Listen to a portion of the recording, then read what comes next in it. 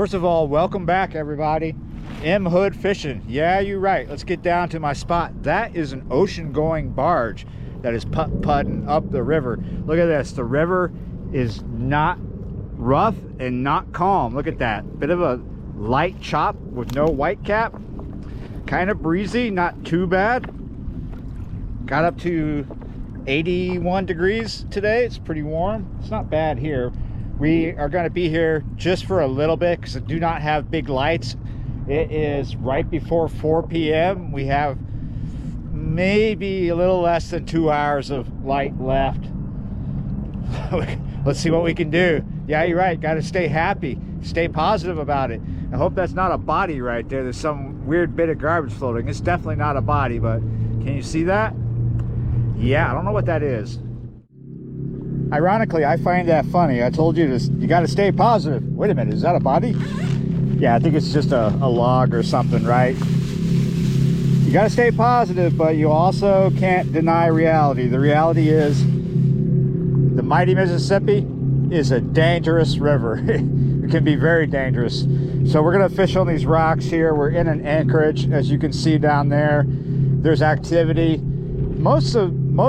Mostly that way. We don't have anything anchored to our left here going upriver. We got some fish jumping up that way, but things could change as the evening goes on. We only have so much time for it to change though. Would have liked to have come out earlier so we had more time, but I was busy doing other things such as trimming the bush as best I could and a few other things. If you don't know, I'll tell you, this is actually a very low river, just around 2 feet. Days ago it was under 2 feet. It was like 1.90. So we got a bluegill head here on a size 6, a 6/0 octopus hook. We're gonna be using 4 ounces of lead. Nice. Even though we've got this rough bit of chop, it is not windy right here. I think the willows that are here are blocking that, and it's not really supposed to be windy, but you come to the river on a day where you don't think it's windy because the weather said it wasn't windy. You get out here and it's windy. It's like a wind tunnel. So hopefully this goes as it usually should go this time of year, this session. Normally in fall, I would expect a higher river level, right? Not much higher than this, but at least 2 to 3 feet higher than what it is, because it's at, like I said, around 2 feet, according to the gauge, our closest river gauge that shows us the flood stage, and that's at Carrollton, just up the river from us in New Orleans. So a normal fall would have us at a higher level, not much higher. The river would be like, you see where that is, that dead weed right there in front of my cooler bag, be about that high, and we would be up there closer to the fire ring, and we'd probably be able to have a fire. We can't right now. Very low, very dry season. So normally what I would expect is, yeah, that higher river level and a lot of blue cats right up in here around this anchorage, because they would be doing what they do in spring. Right before they're going to spawn, they do this crazy feed up. Well, they do that same sort of feed up in fall, getting ready for winter. There'll be a lot of blue cats feeding right here, but because the river is so low, it's got a high salinity count. That doesn't mean that the blue cats aren't here, but it could mean that they're not here like they have been years previously. I know a lot of guys already know what I just said, and I may have took a long time to say it, but you got to understand there are new viewers, and that's why I am stating it, so you understand. If you're a new viewer and you're wondering why I caught what I may catch this afternoon, you know what I want to catch, and want to catch big blue cats. But what will I catch also, considering the salinity count? A lot of guys already know that the possibilities of redfish, black drum, gaff top are there, and those are brackish water fish. Those fish are pretty prevalent right now in the river, along with trout. I don't think we're going to get trout on a bluegill head on the bottom, I just don't, but yeah, there we go. Literally 20 minutes has gone by since that bait has been out there, and I just saw a line bite. I saw the line move, not the rod tip, just the line, like something hit the line. A line bite can be caused by a fish. They're swimming around your bait and their tail or something hits the line. Also could be a fish higher up in the column, or anything going through the river, going through the water, hit the line. It was just such the slightest little tap on the line itself. Oh, interesting.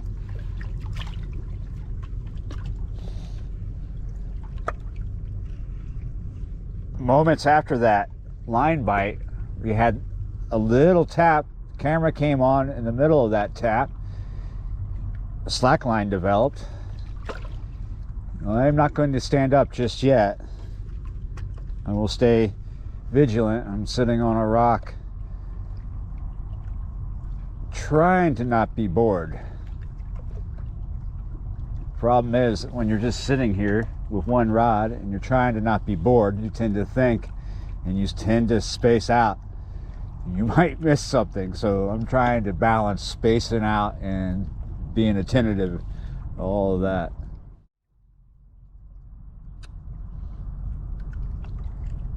Oh, will you let me space out? I think there's still something around us.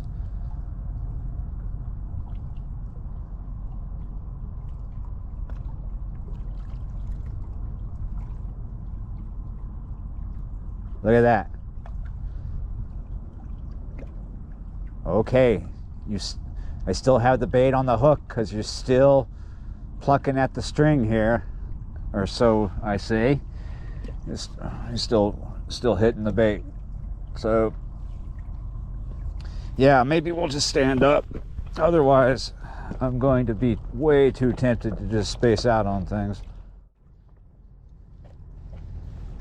Look at that. Oh. Okay, so you could still see, we were going to go ahead, you could still see that he is messing with the bait. Let's go ahead and reel up and see. We are hooked up. Yes. It's not big though. I wonder if this is a gaff top because those head shakes are coming heavy and fast. Yeah, sometimes with the line I'm using, which is 80-pound braid, a small fish, when they get hooked up, it's not going to look the same as a bigger fish. You know, it's not going to be expressed as heavily. Now, he's fighting pretty good right here. He's fighting just like what I called it as. Small gaff top. The reason why it took so long for him to get to that point where he was hooked up, because I believe it did take him a while. He had to get this head shoved down in his mouth. You see that? That bait barely fit in his mouth. Look at that. I heard it came off. Look at that.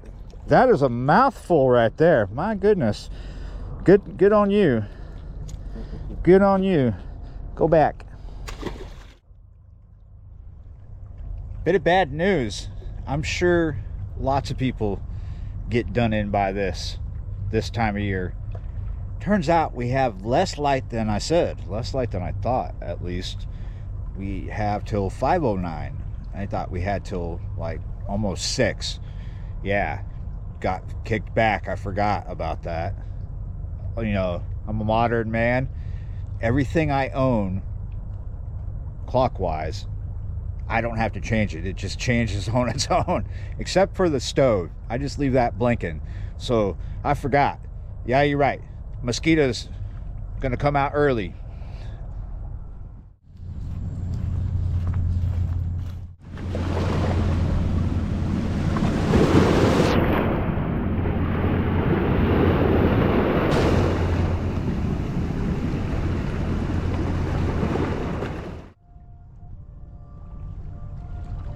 You hear it? Yeah. It is just now getting past sunset. The horns, the bugles on the base, you can hear them from here. Dragonflies are going crazy right now. This is all the time I actually have. I thought I was going to get maybe 2 hours of a session, but it got cut in half because I didn't realize that we'd already gone past daylight savings. So we got knocked back an hour recently. Sun is setting earlier today.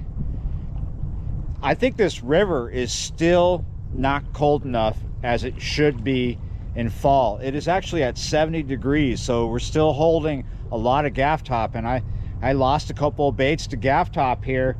That's what I think is going on. Little gaff top, not much of a session, I'm sorry, but it's just to get you guys a video for tomorrow. Really, one fish is sometimes what happens when you live this close to the river. You come out and you fish it when you can, and sometimes that's not a lot of time.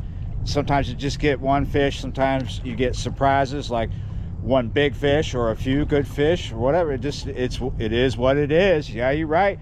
I need to call it right now and get home because I need to get up early in the morning. I have nothing to do tomorrow but fish, so that's good. Thanks for watching, liking, sharing, commenting, subscribing, and I will see you next time.